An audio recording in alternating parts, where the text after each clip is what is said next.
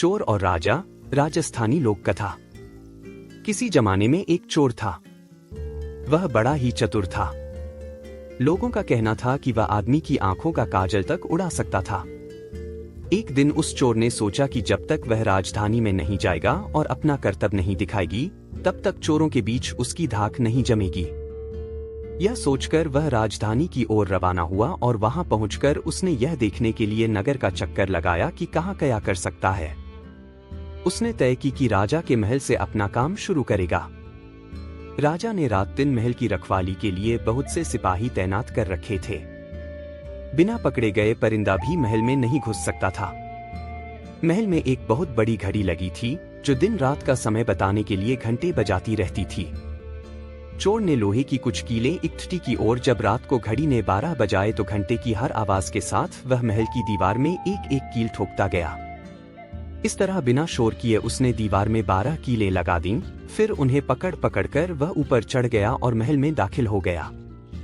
इसके बाद वह खजाने में गया और वहां से बहुत से हीरे चुरा लाया। अगले दिन जब चोरी का पता लगा तो मंत्रियों ने राजा को इसकी खबर दी। राजा बड़ा हैरान और नाराज हुआ।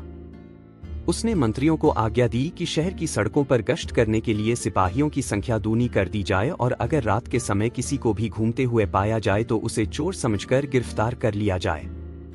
जिस समय दरबार में यह ऐलान हो रहा था, एक नागरिक के भेष में चोर मौजूद था।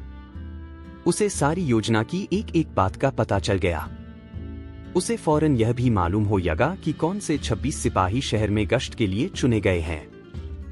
वह सफाई से घर गया और साधु का बाना धारण करके उन 26 सिपाहियों की बीवियों से जाकर मिला। उनमें से हर एक इस बात के लिए उत्सुक थी कि उसकी पति ही चोर को पकड़े और राजा से इनाम ले। एक एक करके चोर उन सबके पास गया और उनके हाथ देख देख कर बताया कि वह रात उसके लिए बड़ी शुभ है। उसक पति की पोशाक में चोर उसके घर आएगा, लेकिन देखो, चोर की अपने घर के अंदर मत आने देना, नहीं तो वह तुम्हें दबा लेगा। घर के सारे दरवाजे बंद कर लेना और भले ही वह पति की आवाज में बोलता सुनाई दे, उसके ऊपर जलता कोयला फेंकना। इसका नतीजा यह होगा कि चोर पकड़ में आ जाएगा। सारी स्त्रियां रात को चोर के आगमन के लिए तैयार हो गईं। अपने पतियों को उन्होंने इसकी जानकारी नहीं दी। इस बीच पति अपनी गश्त पर चले गए और सवेरे 4 बजे तक पहरा देते रहे। हालांकि अभी अंधेरा था, लेकिन उन्हें उस समय तक इधर उधर कोई भी दिखाई नहीं दिया तो उन्होंने सोचा कि उस रात को चोर नहीं आएगा। यह सोचकर उन्होंने अपने घर चले जाने का फैसला किया। ज्यों ही वे घर पहुंचे, स्त्रियों को संदेह हुआ और उन्होंने चोर की बताई कार्रवाई शुरू कर दी। फल वह हुआ कि सिपाही जल गए और बड़ी मुश्किल से अपनी स्त्रियों को विश्वास दिला पाए कि वे ही उनके असली पति हैं और उनके लिए दरवाजा खोल दिया जाए। सारे पतियों के जल जाने के कारण उन्हें अस्पताल ले जाया गया। दूसरे दिन राजा दरबार में आया तो उसे सारा हाल सुनाया गया। सुनकर राजा बहुत चिंतित हुआ और उसने कोतवाल को आदेश दिया कि वह स्वयं जाकर चोर पकड़े। उस रात कोतवाल ने तैयार होकर शहर का पहरा देना शुरू किया। जब वह एक गली में जा रहा था, चोर ने जवाब दिया, मैं चोर हूं। कोतवाल समझा कि लड़की उसके साथ मजाक कर रही है। उसने कहा, मजाक छाड़ो और अगर तुम चोर हो तो मेरे साथ आओ, मैं तुम्हें काठ में डाल दूंगा।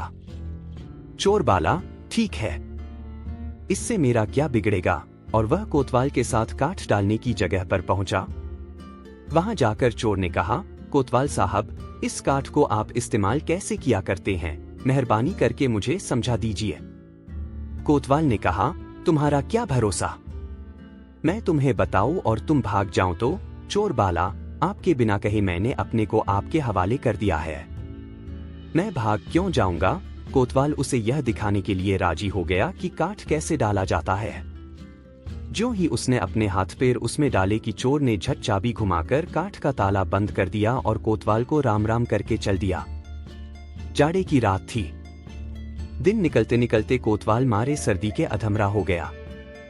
सवेरे जब सिपाही बाहर आने लगे तो उन्होंने देखा कि कोतवाल काठ में फंसे पड़े हैं।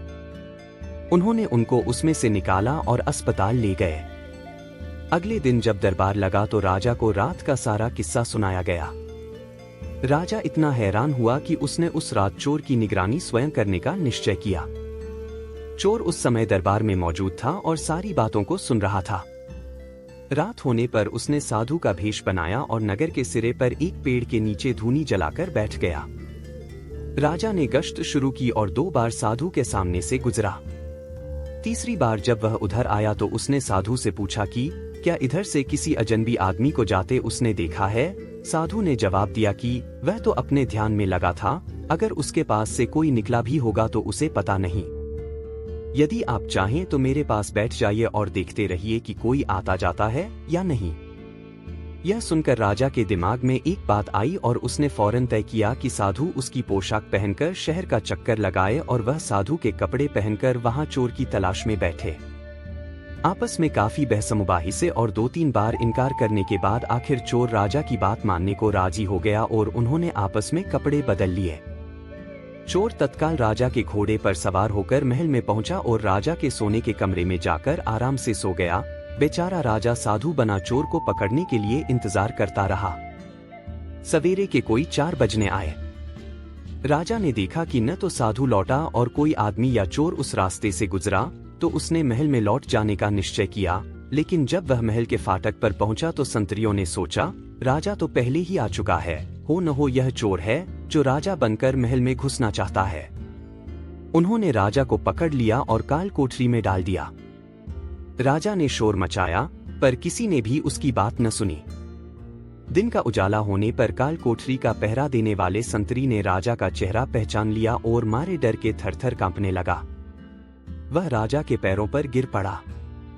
राजा ने सारे सिपाहियों को बुलाया और महल में गया। उधर चोर, जो रात भर राजा के रूप में महल में सोया था, सूरज की पहली किरण फूटते ही राजा की पोशाक में और उसी के घोड़े पर रफू चक्कर हो गया। अगले दिन जब राजा अपने दरबार में पहुंचा तो बहुत ही हताश था। उसने ऐलान किया कि अगर चोर उसके सामने उपस्थित आ जाएगा तो उसे माफ कर दिया जाएगा और उसके खिलाफ कोई कार्रवाई नहीं की जाएगी, बल्कि उसकी चतुराई के लिए उसे इनाम भी मिलेगा। चोर वहां मौजूद था ही फौरन राजा के सामने आ गया और बोला, महाराज, मैं ही वह अपराधी हूँ। इसके सबूत में उसने राजा के महल से जो कुछ चुराया था वह सब सामने रख दिया, साथ ही राजा की पोशाक और उसका घोड़ा भी। राजा ने उसे गाँव इनाम में दिए और वादा कराया कि वह आगे चोरी करना छोड़ देगा। इसके बाद से चोर खूब आनंद से रहने लगा। यह छोटी सी कहानी पसंद आई हो तो लाइक, सब्सक्राइब और शेयर जरूर कीजिए और हाँ, बेल आइकन को जरूर प्रेस कीजिए।